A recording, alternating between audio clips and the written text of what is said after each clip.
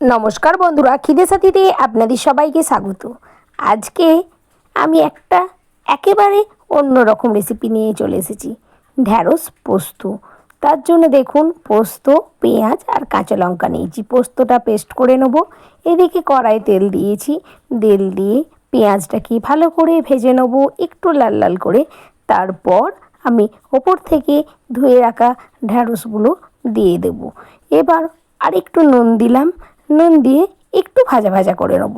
ভাজা ভাজা করার পর আবারও একটু লঙ্কা গুঁড়ো দিয়ে দিলাম, আপনাদের স্বাদ অনুযায়ী দেবেন।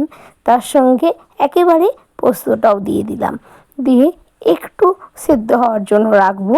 তারপর যখন দেখব শুকনো শুকনো হয়ে গেছে, তখন এটা আমি নামিয়ে নেব। এটা এত ভালো লাগে না খেতে। আপনি ঢ্যাঁড়সের তো অনেক রকম পদ খেয়েছেন, এরকম পদ একবার হলেও বানিয়ে দেখবেন, খুব ভালো লাগে খেতে।